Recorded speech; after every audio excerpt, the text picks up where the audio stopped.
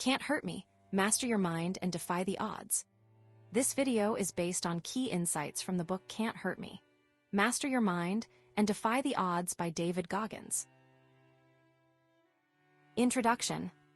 David Goggins begins by challenging readers to truly understand their own potential, suggesting most people live in a state of denial about their capabilities.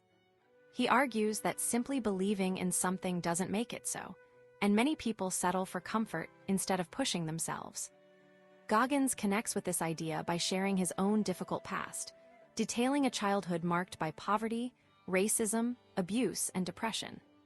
He paints a vivid picture of feeling trapped, like being stuck in quicksand, where making comfortable but ultimately damaging choices feels easier than striving for something better. He emphasizes that this tendency towards self-limiting choices isn't a personal failing, but a natural part of how our brains work, rendering typical motivation ineffective as a long-term solution. Goggins explains that he didn't accept his circumstances.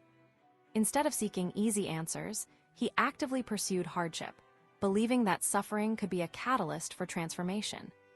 He describes his journey as evolving from someone incredibly weak to someone exceptionally strong, though he admits this is his own self-assessment.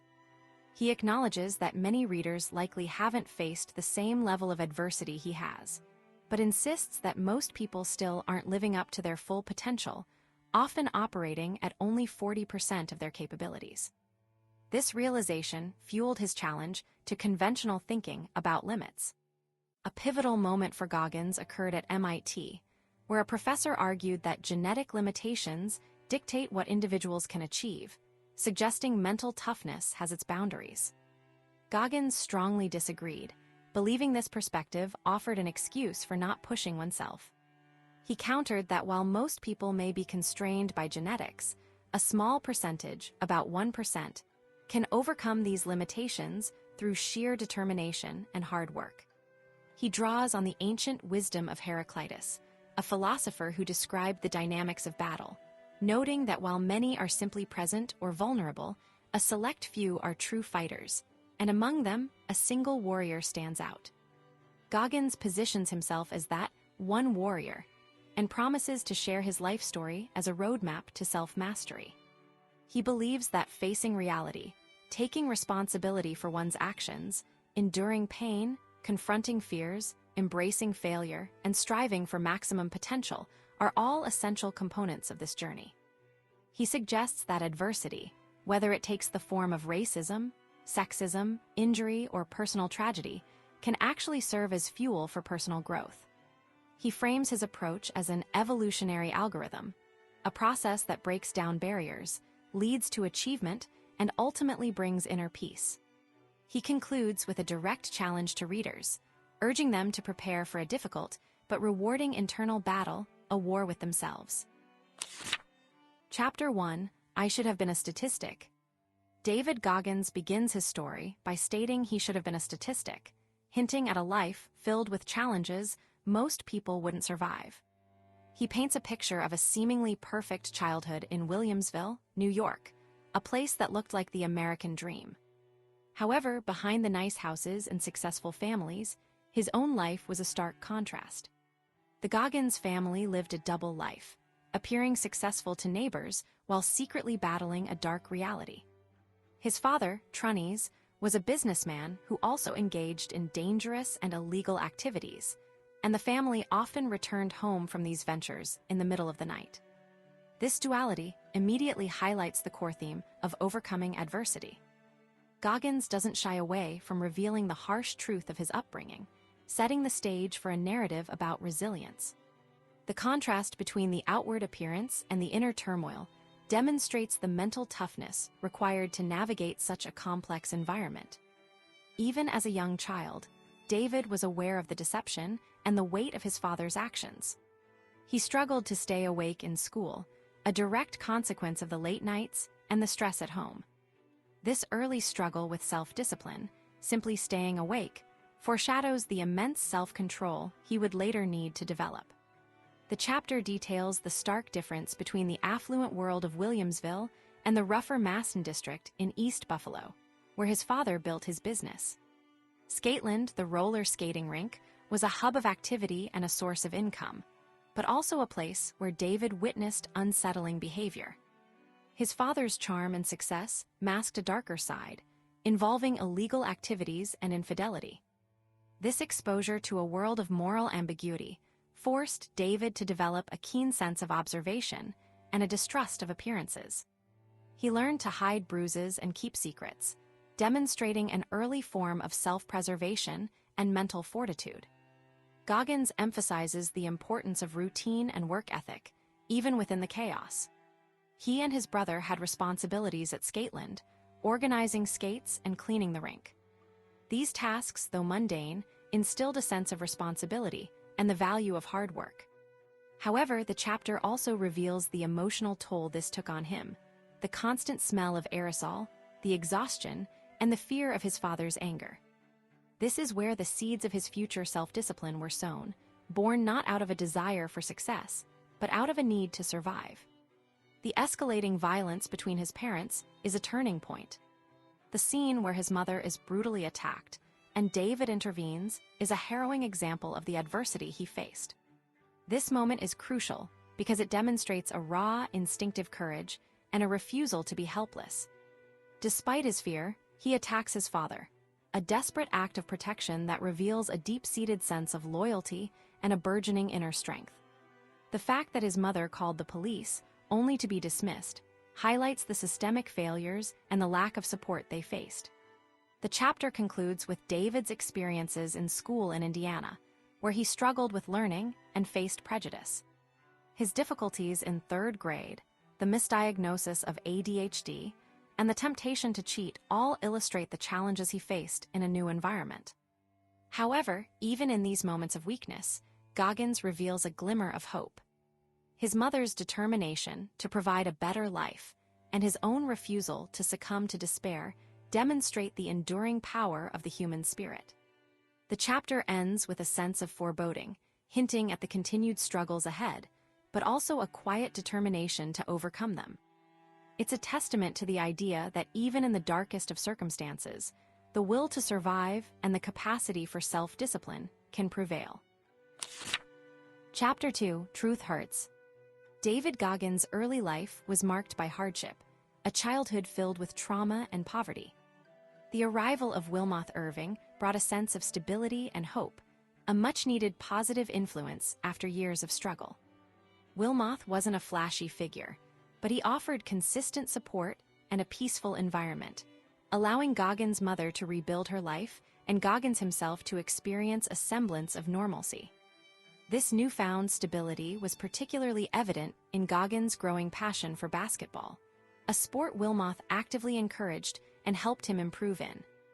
This period highlights the power of a positive role model and the importance of a supportive environment in overcoming difficult circumstances.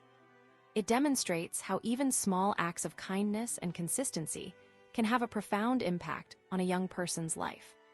However, this period of relative peace was shattered by Wilmoth's sudden and violent death.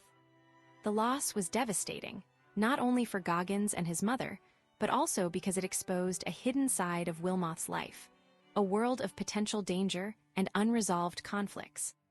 This event served as a harsh reminder of the unpredictability of life and the ever-present possibility of tragedy. Goggins' initial reaction was rage, a natural response to the senseless loss of someone who had brought so much good into his life. This rage, however, quickly morphed into a deeper sense of despair and a return to the familiar feeling of hopelessness. The experience underscored the fragility of happiness and the enduring impact of trauma. Following Wilmoth's death, Goggins' life became increasingly chaotic. A move to Indianapolis didn't provide the escape he'd hoped for, and a series of poor choices led him down a path of delinquency and academic failure. He struggled to find his place, bouncing between different schools and adopting a rebellious persona. This period illustrates the dangers of succumbing to despair and the importance of having a clear sense of purpose. Goggins' attempts to fit in and project an image of toughness were ultimately self-destructive, masking a deep-seated insecurity and a lack of direction. He was acting out, trying to cope with his pain in unhealthy ways. a turning point came with a series of racially motivated incidents, culminating in a threat on his life and a spray-painted slur on his car. These experiences forced Goggins to confront the reality of racism and the pervasive sense of alienation he felt as a young black man in a predominantly white community. Instead of allowing these incidents to break him, however, he used them as fuel for self-improvement. He realized that external factors, while significant, were not the sole determinants of his fate. He began to take responsibility for his own life, recognizing that true change had to come from within. This is where the seeds of his future mental toughness were sown. Goggins' decision to join the Air Force was driven by a desire for discipline and a way out of his current circumstances. However, he quickly discovered that he was woefully unprepared, both academically and physically. Failing the ASVAB twice was a wake-up call, forcing him to confront his intellectual shortcomings. He responded by adopting a grueling study regimen, meticulously transcribing and memorizing textbooks. This demonstrates his emerging self-discipline and his willingness to push himself beyond his perceived limits. He understood that success required hard work and a relentless commitment to self-improvement. The creation of the accountability mirror became a central element of Goggins' transformation. This ritual involved brutally honest self-assessment, forcing him to confront his weaknesses and hold himself accountable for his actions. It wasn't about positive affirmations or self-love. It was about raw, unflinching honesty. This approach, while harsh, proved incredibly effective, allowing him to break down his self-sabotaging patterns and build a foundation of self-respect. The accountability mirror wasn't just a physical object. It was a symbol of his commitment to change. Goggins' senior year marked a period of intense self-improvement. He embraced discomfort, pushing himself physically and mentally through rigorous workouts and relentless study. He actively sought out challenges, running in the rain and snow, and confronting his fears head-on. This demonstrates his growing mental toughness and his ability to thrive in adversity. He understood that true strength wasn't about avoiding pain. It was about embracing it and using it as a catalyst for growth. He was actively building resilience, preparing himself for the challenges that lay ahead. Ultimately, Goggins' journey during this period was one of self-discovery and transformation. He learned that overcoming adversity wasn't about luck or circumstance. It was about self-discipline, mental toughness, and a relentless commitment to personal accountability. He realized that he had the power to change his life, regardless of his past or the obstacles in his path. This realization set the stage for his future achievements and his unwavering dedication to pushing the boundaries of human potential. Chapter 3: The Impossible Task. The late-night job of spraying for bugs wasn't what David Goggins had dreamed of when he joined the Air Force. He'd wanted to be a pararescue jumper, a hero saving pilots from danger. Instead, he found himself overweight and battling his own demons while checking rat traps in fast food restaurants. Goggins openly admits to letting himself go, gaining nearly 130 pounds after his military service. He even had to sew a sock into his pants to keep them from splitting when he bent over. This physical decline wasn't just about weight. It was a sign of a deeper struggle with self-discipline and a loss of purpose. He felt numb, stuck in a life that didn't fulfill him. The job itself, though unpleasant, offered a strange comfort. Working in the shadows, hidden behind a fumigation mask, allowed him to disappear, to avoid confronting the person he'd become. Goggins' story is a powerful example of how easily life can veer off course. He'd started with ambition and drive, excelling in the Air Force, but setbacks and a lack of inner strength led him down a path of self-destruction. His time in pararescue training highlighted a weakness, his fear of water, and instead of facing it head-on, he found a way out, accepting a medical discharge. This decision, he later realized, was a turning point. It wasn't the physical challenge that defeated him, but his own lack of mental toughness, his willingness to quit when things got hard. He describes this as tipping the first domino, setting off a chain reaction that led to further disappointment and stagnation. He understood that accepting the easy way out, the path of least resistance, was slowly killing him. The turning point came during a particularly awful night on the job.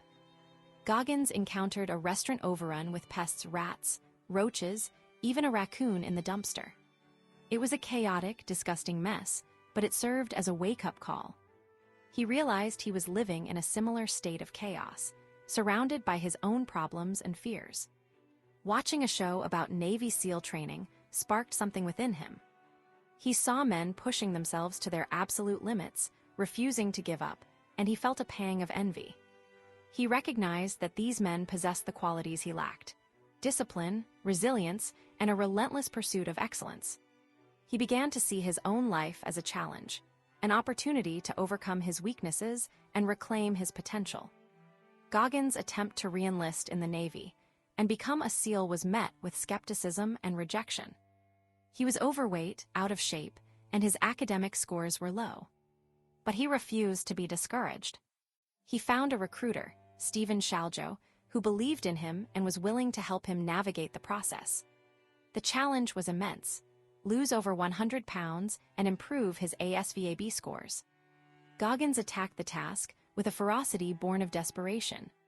He woke up before dawn, studying and working out, pushing his body and mind to the breaking point.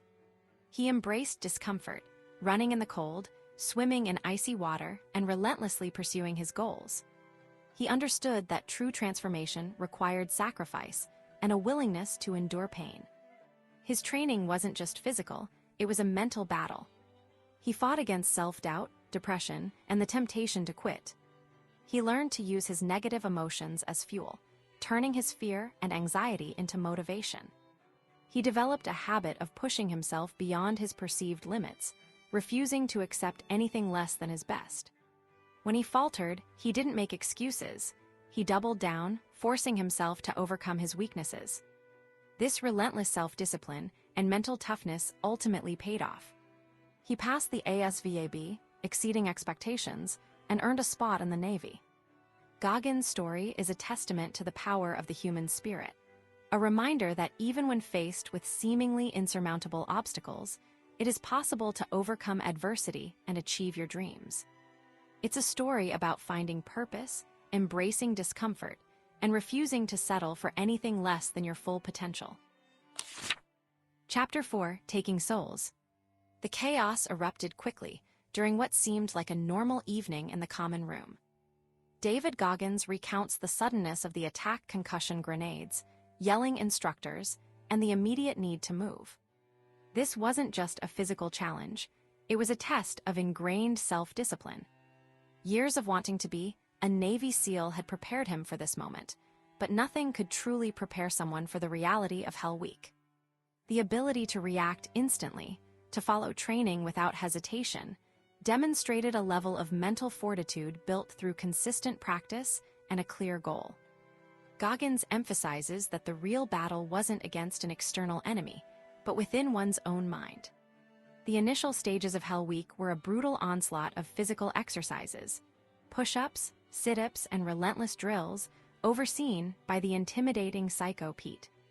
Goggins describes the instructor's deliberate attempts to break the recruits, not just physically, but mentally. This is where mental toughness became paramount. It wasn't about being the strongest or fastest, but about enduring beyond perceived limits. The setting itself, the grinder, a concrete slab steeped in history and hardship, served as a constant reminder of the suffering that lay ahead. Goggins found a strange comfort in this ugliness, recognizing it as a necessary crucible for forging the kind of warrior he aspired to be. He understood that most people wouldn't make it, and that realization fueled his determination. Goggins details the structure of Bud-S training, highlighting how the first phase is designed to tenderize recruits, reducing a large group to a smaller, more resilient core. He explains that the physical challenges, rope climbs, obstacle courses, timed runs were merely preparation for the true test, Hell Week. This phase wasn't about physical prowess alone. It was about pushing beyond the breaking point, revealing character and mindset. Goggins stresses that Hell Week is a medieval ordeal, a relentless 130-hour period designed to expose vulnerabilities and force recruits to confront their inner demons. The location, Coronado Island, a seemingly idyllic tourist spot, provided a stark contrast to the brutal training. Goggins points out that even the California sunshine couldn't mask the harsh reality of the grinder. He embraced the discomfort, recognizing it as a necessary component of his transformation. The bell, a symbol of surrender, loomed large, representing the ultimate failure. Each ring signified a lost soul, but for Goggins, each clang was a sign of progress, a reminder that he was still standing. He acknowledges Psycho Pete's role as a necessary evil, a culling force that didn't favor the weak. Goggins recalls the initial adrenaline rush of Hell Week, the feeling of fulfilling a rite of passage. However, he quickly notes that this feeling is fleeting. Reality soon sets in, and the true challenge begins. He describes the instructor's tactics, relentless physical exertion, psychological manipulation, and the constant threat of failure. He introduces the concept of taking souls, a mental strategy he developed to gain an edge over his tormentors. By focusing on their discomfort and asserting his own resilience, Goggins aimed to disrupt their control and bolster his own resolve. He understood that the instructors were trying to break his spirit, and he refused to let them succeed. The story of stealing the Hell Week schedule exemplifies Goggins' proactive approach to overcoming adversity. He recognized that knowledge is power, and that anticipating the challenges ahead would give him a psychological advantage. This act of defiance, orchestrated with the help of Kenny Bigby, demonstrated his willingness to take risks and challenge the system. Goggins emphasizes the importance of knowing your enemy and exploiting their weaknesses. He also highlights the power of teamwork, relying on his boat crew to support and motivate each other. Goggins vividly describes the grueling surf torture, a particularly brutal aspect of Hell Week. He explains how the combination of cold water, exhaustion, and psychological pressure pushed the recruits to their absolute limits. He shares the internal struggle, the constant questioning of why he was putting himself through such torment. He emphasizes that the key to survival was to focus on the present moment, to break down the overwhelming challenge into manageable steps. He also highlights the importance of finding inspiration, drawing strength from movies like Platoon, and using music to fuel his determination. The concept of taking souls is further developed as Goggins describes his deliberate attempts to unsettle Psycho Pete. By refusing to show weakness, by maintaining a defiant attitude, and by embracing the suffering, he aimed to gain a psychological advantage. He understood that the instructors thrived on breaking recruits, and he denied them that satisfaction.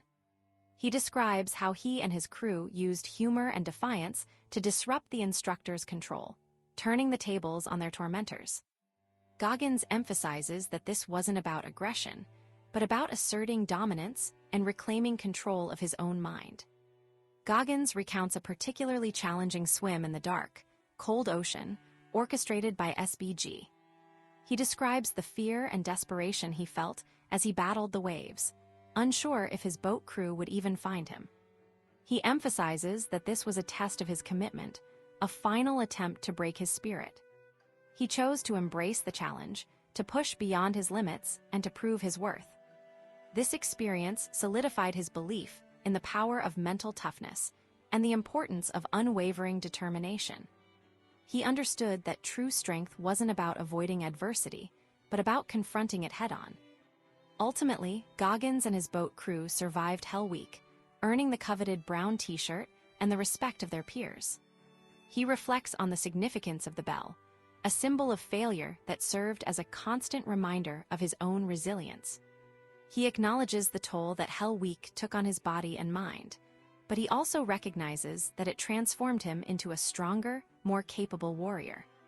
He concludes by emphasizing the importance of self-discipline, mental toughness, and the unwavering pursuit of one's goals. He shares his philosophy of taking souls as a tool for overcoming adversity and achieving success in all aspects of life. Chapter 5, Armored Mind.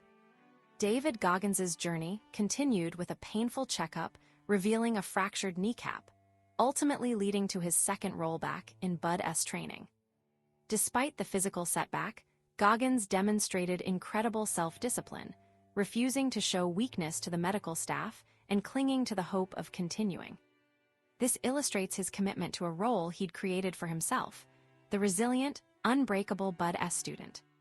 He understood that another rollback meant facing Hell Week again, a prospect daunting enough to make anyone quit, but he chose to persevere.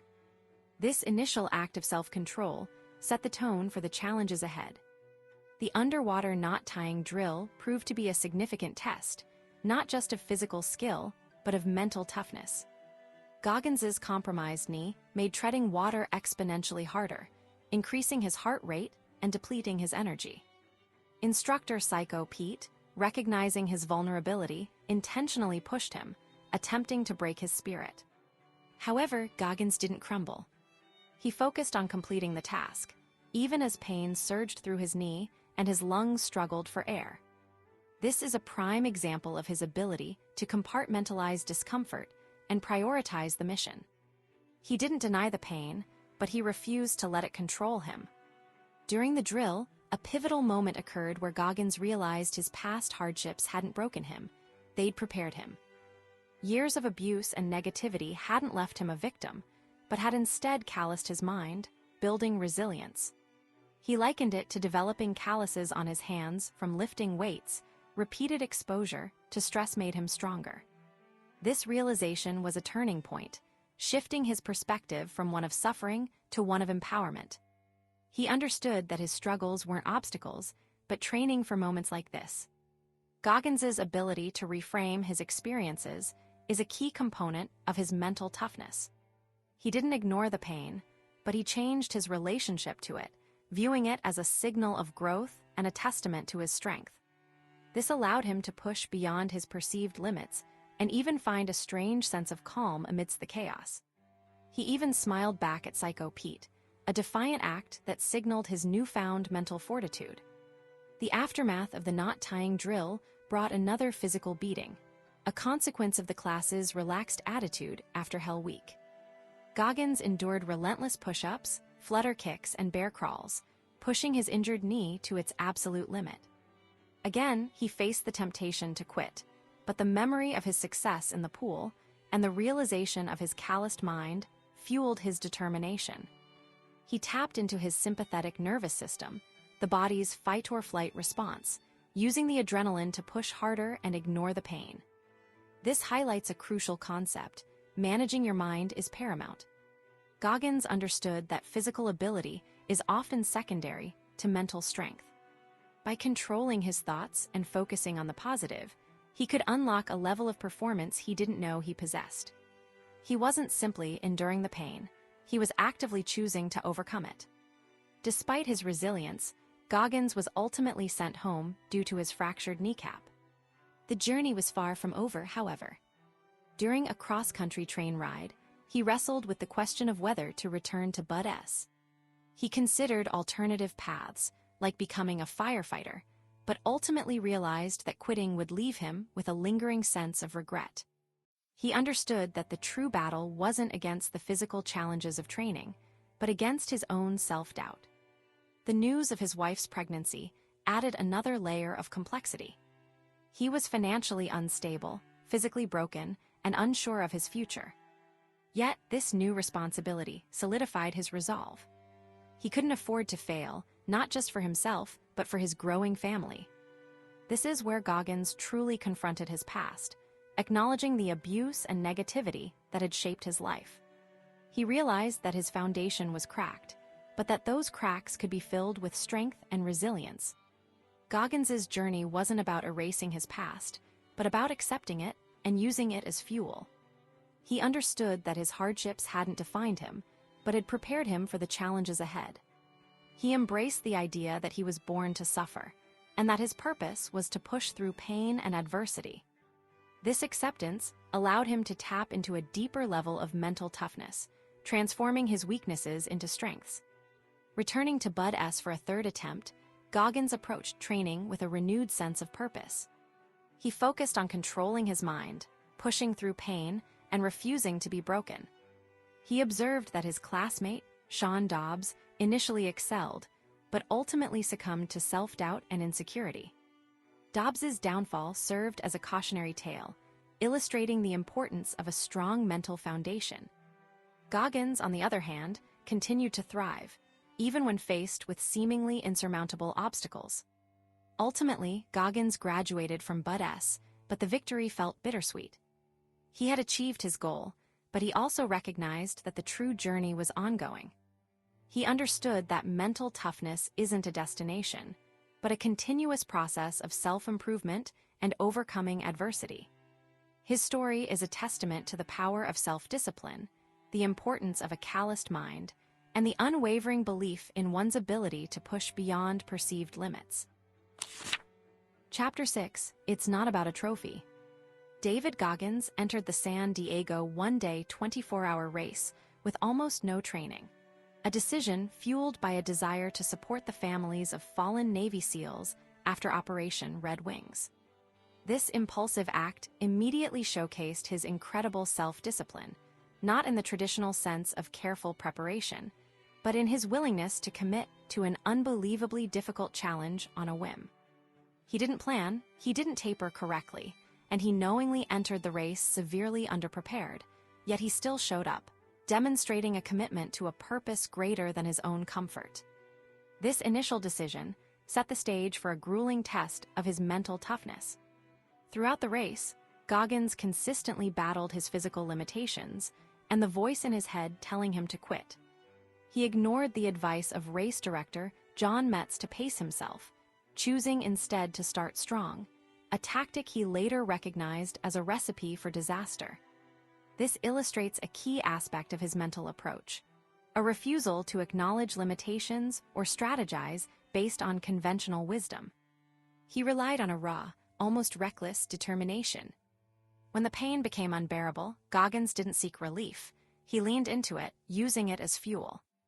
He recalled his Bud S instructor, SBG, and a bizarre analogy about Vikings preparing for battle, embracing discomfort as a means of hardening themselves for the fight. This mental reframing allowed him to push beyond what most people would consider their breaking point. The concept of the cookie jar emerged as a crucial tool for Goggins to navigate the depths of his suffering. This mental technique involved recalling past accomplishments, no matter how small, to bolster his resolve. He didn't focus on the overwhelming distance remaining, but instead on the victories he'd already achieved graduating Bud S, overcoming a difficult childhood, mastering physical challenges. Each memory served as a cookie, providing a burst of positive energy and reminding him of his inherent capacity for resilience. This demonstrates a proactive approach to mental toughness, actively cultivating a reservoir of strength to draw upon during times of adversity. Goggins's experience highlighted the importance of understanding one's own limits, but also the power of exceeding them. He recognized his lack of cardiovascular fitness, a consequence of focusing on powerlifting during his deployment to Iraq, yet he still attempted a 100-mile race. This wasn't simply foolishness. It was a deliberate test of his mental and physical boundaries. As the race progressed and his body began to fail, he didn't succumb to despair. Instead, he doubled down on his commitment, embracing the pain and pushing through the exhaustion. His willingness to endure extreme discomfort, even to the point of physical breakdown, underscored his unwavering self-discipline and his belief in the power of the human mind. The final hours of the race were a testament to Goggins's ability to overcome adversity. Despite severe dehydration, blistering, and internal distress, he continued to move forward, fueled by his determination and the memories stored in his cookie jar. He didn't seek external validation or a trophy. His reward was the act of pushing himself to the absolute limit and proving to himself what he was capable of. The graphic details of his physical collapse, the blood in his urine, the fecal matter, the shivering, weren't presented as moments of defeat, but as badges of honor, evidence of a battle fought and won against his own limitations. Goggins's story isn't about achieving a specific outcome. It's about the transformative power of self-discipline, mental toughness, and the relentless pursuit of one's full potential, even in the face of overwhelming adversity. Chapter 7: The Most Powerful Weapon.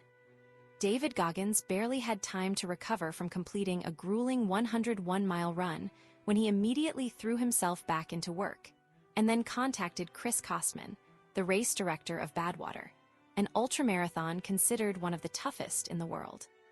Goggins had proven he could meet the distance requirement, but Kostman wasn't impressed, wanting to see more dedication and endurance. This rejection fueled Goggins' determination, showcasing his self-discipline. Instead of getting discouraged, he sought out another race to prove his mental toughness, but his body was still recovering, highlighting the adversity he faced. He realized simply meeting the minimum standard wasn't enough. He needed to exceed expectations to earn a spot. Goggins' frustration with Kostman's response led him to search for another ultramarathon, ultimately finding the Hurt 100, a 100-mile trail race on Oahu with significant elevation gain. This decision demonstrated his willingness to push beyond his comfort zone. Despite still being physically broken from his previous race, he committed to training, illustrating his incredible self-discipline. He devised a system to stabilize his injured feet and ankles, showing resourcefulness and a refusal to let physical limitations define him. This period emphasized the mental battle he fought alongside the physical one, a key component of overcoming adversity.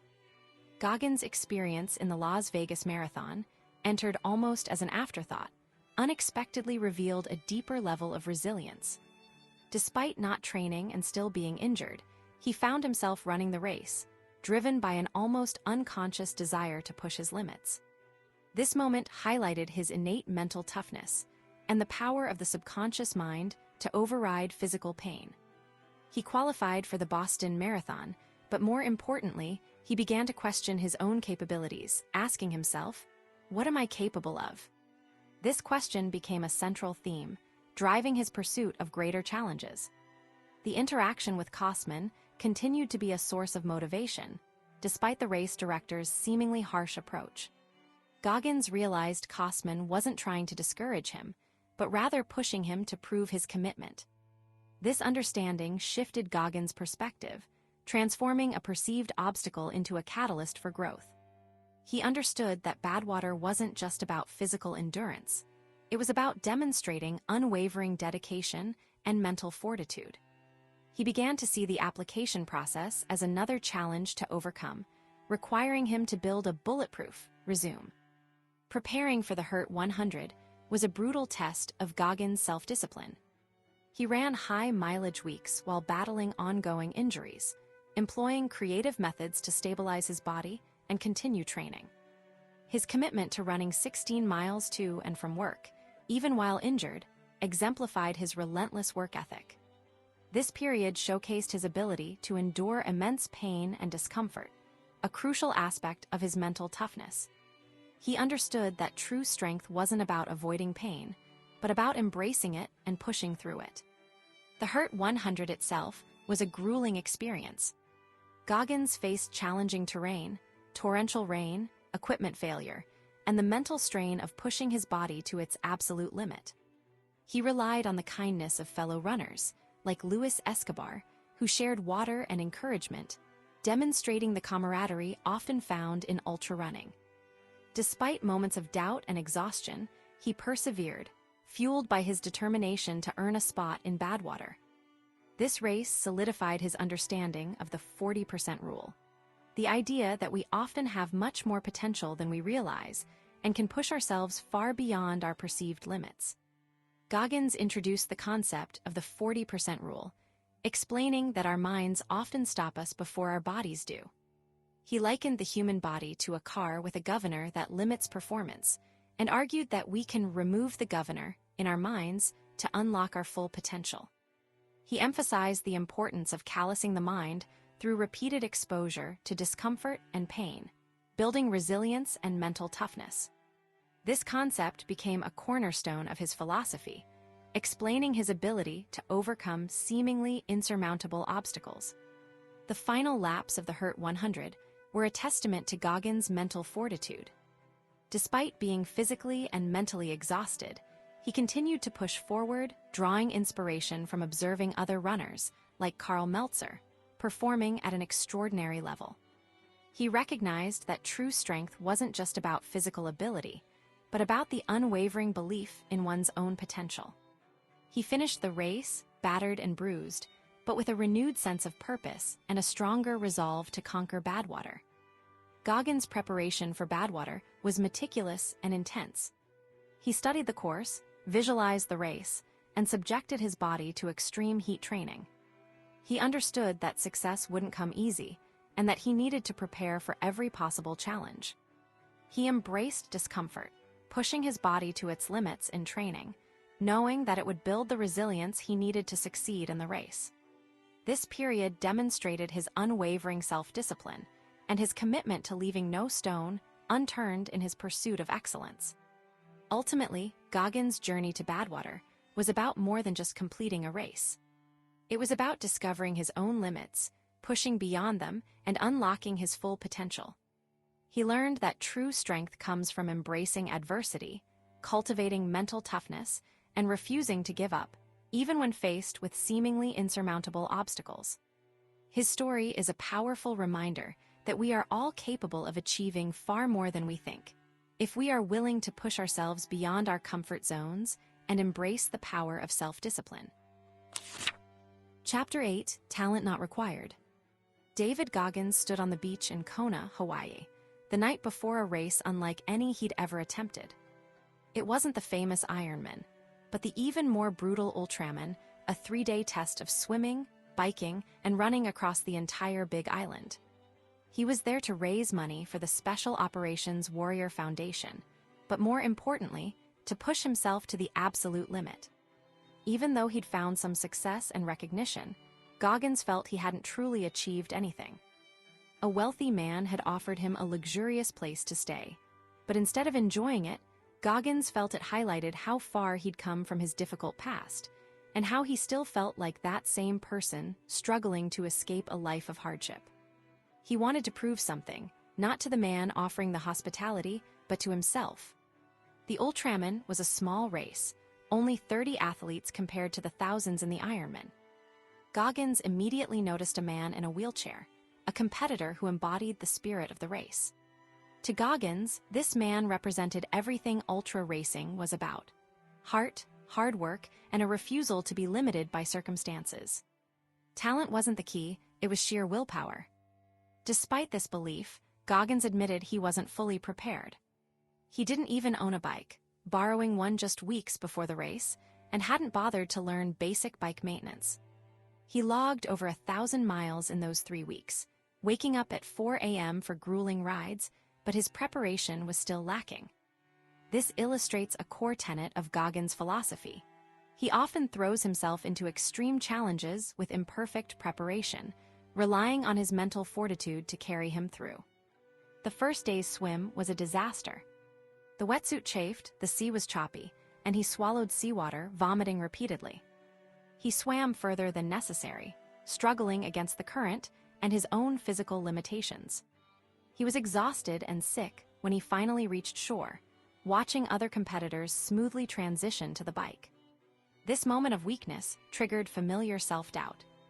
Why am I even out here? He questioned, battling the urge to quit.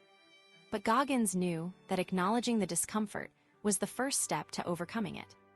He focused on small victories, getting food down, treating his wounds, and slowly forced his body back into motion. This demonstrates his ability to compartmentalize pain and focus on immediate, achievable goals. The 90-mile bike ride was equally challenging, but Goggins found a rhythm, passing other riders and building momentum. He was in 14th place when he started, but by the end of the day, he was second, chasing the race leader, Gary Wang. The next day's 171-mile bike ride proved even more difficult. A flat tire, caused by a bolt on the road, left him stranded and forced to use a slower backup bike. Despite the setback, Goggins persevered, finishing the day in 3rd place.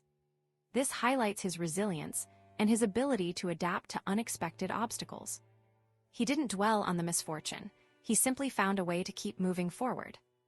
The final day, a double marathon, was where Goggins' strategy faltered. He started too fast, pushing himself to the brink, hoping to build an insurmountable lead. But he blew up, his body failing to sustain the pace. He walked, struggled, and watched his lead evaporate as the land shark, another competitor, steadily gained on him. Goggins ultimately finished second, losing by 10 minutes. While disappointed, he recognized his mistake. He'd relied on willpower alone, neglecting strategic pacing and preparation. He realized the importance of backstops, planned checkpoints to assess progress and adjust strategy. He'd been so focused on pushing himself that he hadn't considered the need for a more calculated approach. This experience led Goggins to a new opportunity. Admiral Winters, impressed by his media coverage, asked him to help recruit more African Americans into the Navy SEALs. The Navy was struggling to diversify its ranks, and Goggins, with his unique background and inspiring story, was seen as someone who could connect with potential recruits. Goggins embraced the challenge, traveling the country, speaking at schools and universities, and sharing his story of overcoming adversity. He didn't shy away from his difficult past, using it to demonstrate that anyone, regardless of their background, could achieve extraordinary things. He understood that inspiring others required vulnerability and authenticity. Goggins' approach was unconventional.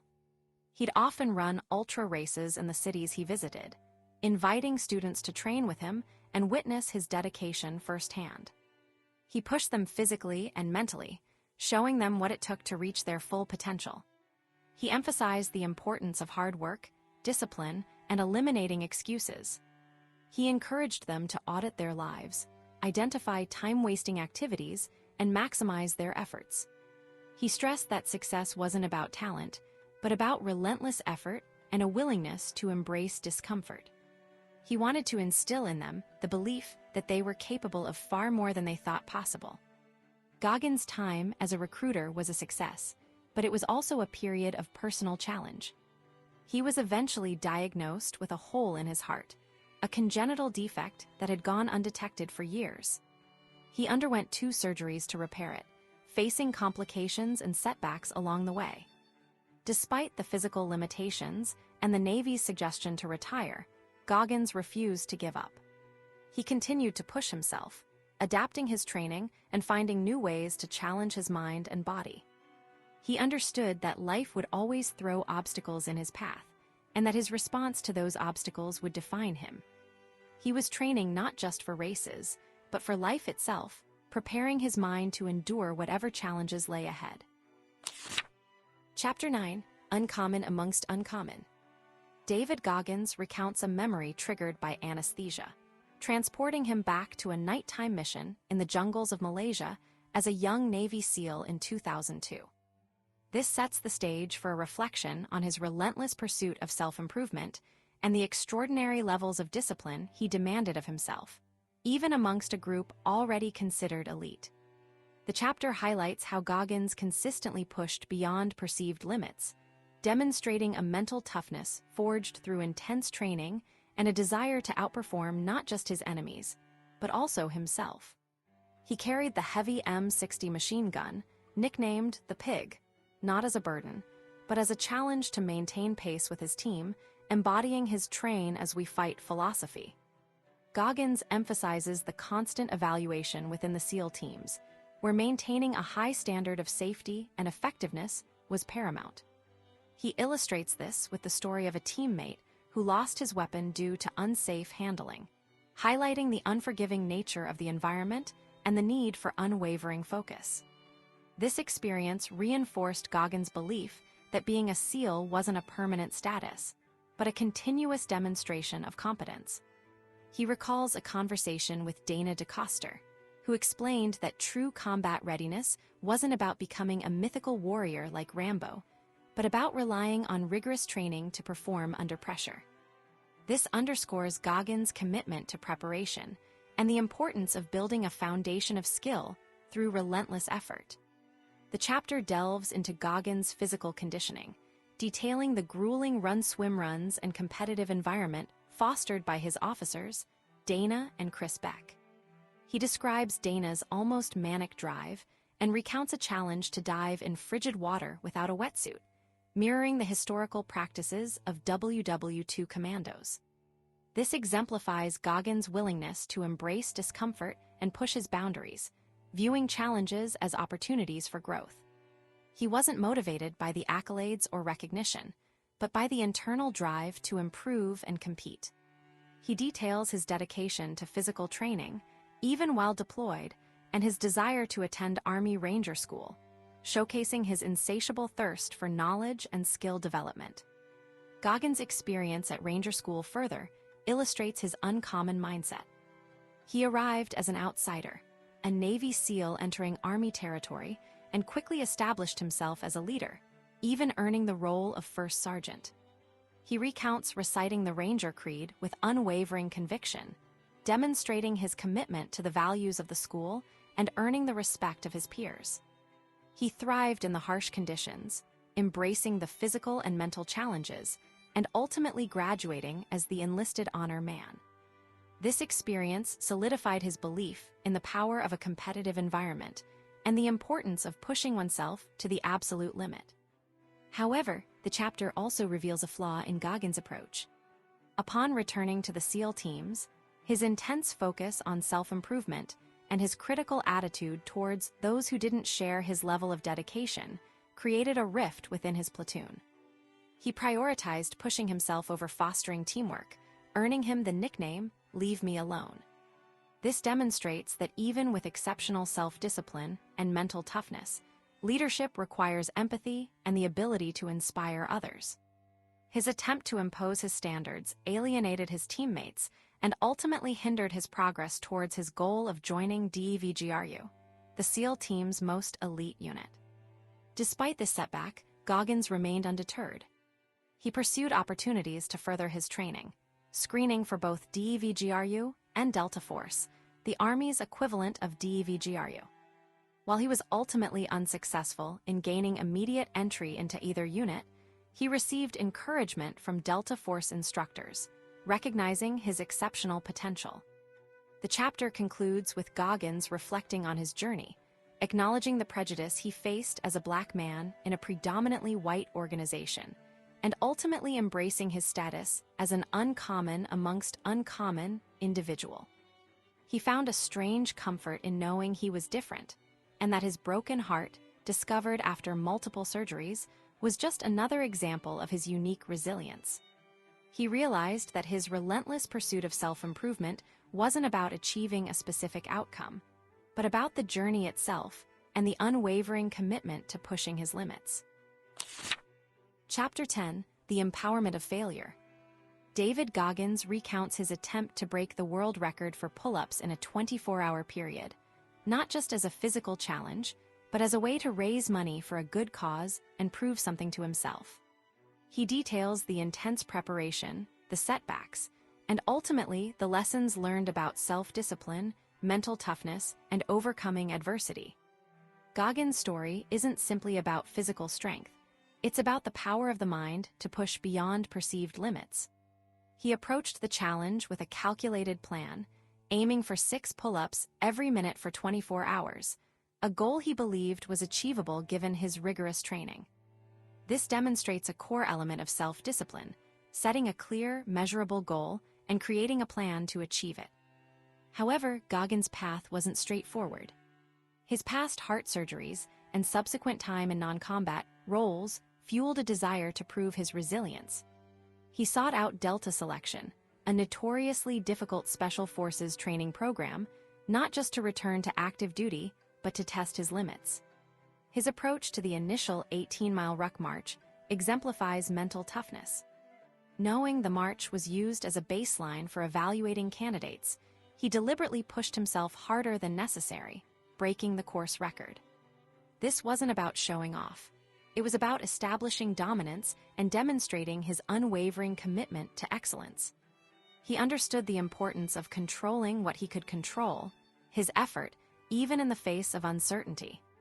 The first attempt at the pull-up record highlighted the importance of attention to detail and environmental control. Goggins found himself distracted by the Today Show spotlight, and hampered by a faulty pull-up bar.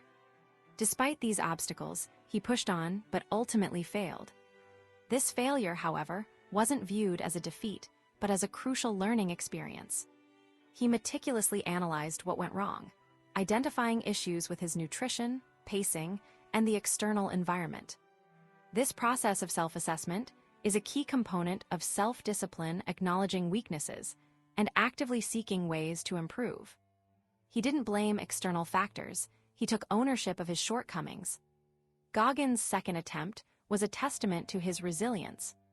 He secured a more suitable training environment, refined his technique, and addressed the issues identified in his post-failure analysis.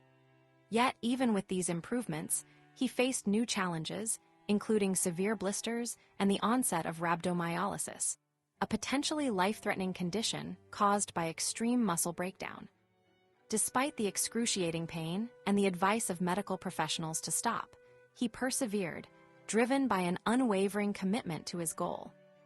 This demonstrates an extraordinary level of mental toughness, the ability to continue pushing forward in the face of overwhelming adversity. He tapped into a deeper motivation, visualizing his opponent, Stephen Hyland, and channeling his pain into fuel. Ultimately, Goggins broke the record on his third attempt, but his story isn't solely about achieving a physical feat. It's about the transformative power of embracing failure, learning from mistakes, and relentlessly pursuing self-improvement. He emphasizes that success isn't about avoiding challenges, but about confronting them head-on and refusing to be defined by setbacks. His journey illustrates that true strength isn't just physical.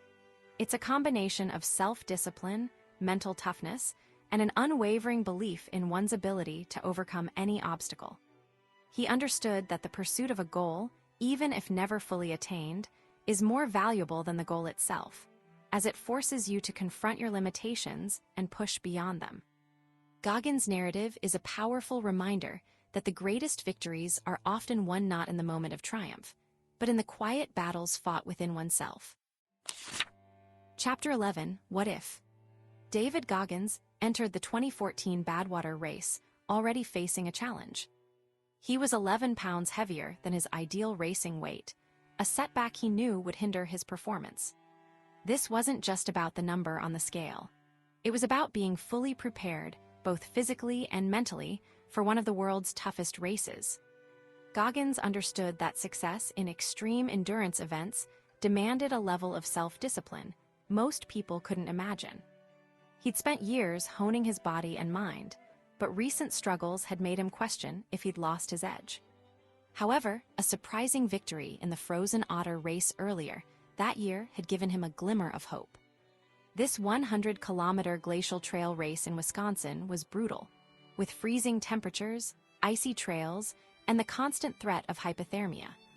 Goggins didn't have the fancy gear many competitors used, opting for standard running shoes with cheap crampons that quickly failed. Despite the harsh conditions and physical discomfort, frozen toes, chafed skin, he pushed forward, leading the race and breaking trail through deep snow. This experience wasn't just about winning. It was about rediscovering his inner strength and proving to himself that he could overcome extreme adversity. He focused on maintaining a positive mindset, telling himself to finish strong and worry about the consequences later. This is a key element of mental toughness, refusing to let doubt and fear derail your progress. The Frozen Otter race highlighted Goggins' dedication to improving his running technique. He recalled watching Karl Meltzer, a legendary ultrarunner, and how Meltzer seemed to float over the terrain. Meltzer's efficient form, bouncing on his toes, keeping his core engaged, became a model for Goggins. He understood that running wasn't just about physical strength, it was about skill and technique. He spent years consciously working on his form, analyzing his movements, and striving for efficiency. This illustrates the importance of continuous learning and self-improvement, even after achieving a certain level of success. Goggins' SEAL training hadn't emphasized running form, but he recognized the value of adapting and incorporating new skills from other runners. Goggins' preparation for Badwater 2014 involved intense training, including long runs in layers of clothing to simulate the desert heat. However, as the race approached, he experienced a strange decline in his performance. He felt fatigued, lost his appetite, and gained weight despite his efforts. Doctors couldn't find a clear medical explanation, leaving him questioning his ability to compete. This period of uncertainty tested his self-discipline and mental fortitude. He considered withdrawing from the race, but refused to give in, choosing to push forward despite feeling unwell. This demonstrates a core principle of Goggins' philosophy: facing challenges head-on, even when the outcome is uncertain. The Badwater race itself was a struggle. Goggins' heart rate was elevated, and he couldn't catch his breath during the initial climb. He eventually reached the top in 6th or 7th place, but his body continued to fail him on the descent. Muscle spasms, difficulty breathing, and a general feeling of weakness forced him to walk and eventually withdraw from the race after 50 miles. This wasn't a simple case of physical exhaustion. Something was seriously wrong. He knew he needed to find answers, and fast. After returning home, Goggins underwent extensive medical testing, but doctors couldn't diagnose his condition. He was told he was physically healthy, but he knew something was deeply wrong. This frustrating experience led him to a dark place, questioning his health and his future. However, even in the face of uncertainty, he refused to give up. He continued to search for answers, exploring alternative explanations and treatments. This relentless pursuit of a solution exemplifies his unwavering self-discipline and determination. Eventually, Goggins discovered that he had a severe imbalance in his muscles and connective tissues, stemming from years of intense physical training and a lack of flexibility. He realized that his focus on strength and endurance had come at the expense of his body's range of motion. He began a rigorous stretching routine, dedicating hours each day to improving his flexibility. This wasn't easy. It was painful and challenging, but he persevered, driven by a desire to regain his health and return to his peak performance. This illustrates the importance of addressing the root cause of problems, rather than simply treating the symptoms. Goggins' journey to recovery wasn't just about physical healing. It was about mental and emotional transformation. He reflected on his life, acknowledging his past struggles and accepting his imperfections. He let go of anger, resentment, and self-judgment, finding peace in self-acceptance. This process of self-reflection allowed him to appreciate his accomplishments and recognize the value of his experiences. He realized that his struggles had shaped him into the person he was today, and that even in the face of adversity, he could find gratitude and meaning. Ultimately, Goggins' story is a testament to the power of self-discipline, mental toughness, and the ability to overcome adversity. He faced numerous challenges throughout his life, from a difficult childhood to physical setbacks and medical mysteries. But he never gave up, always pushing himself to the limit and striving for self-improvement. His journey demonstrates that true strength isn't just about physical prowess. It's about the resilience of the human spirit and the unwavering belief in one's own potential. He returned to ultra running and wildland firefighting, proving that even after hitting rock bottom, it's possible to rebuild and achieve new heights. His final message is simple yet profound. Ask yourself, what if? And then go make it happen. And that brings us to the end of our summary of this book. I hope you found it insightful and valuable. If you enjoyed this video, hit like and subscribe for more. Your support helps us bring you more great content. Thanks for watching.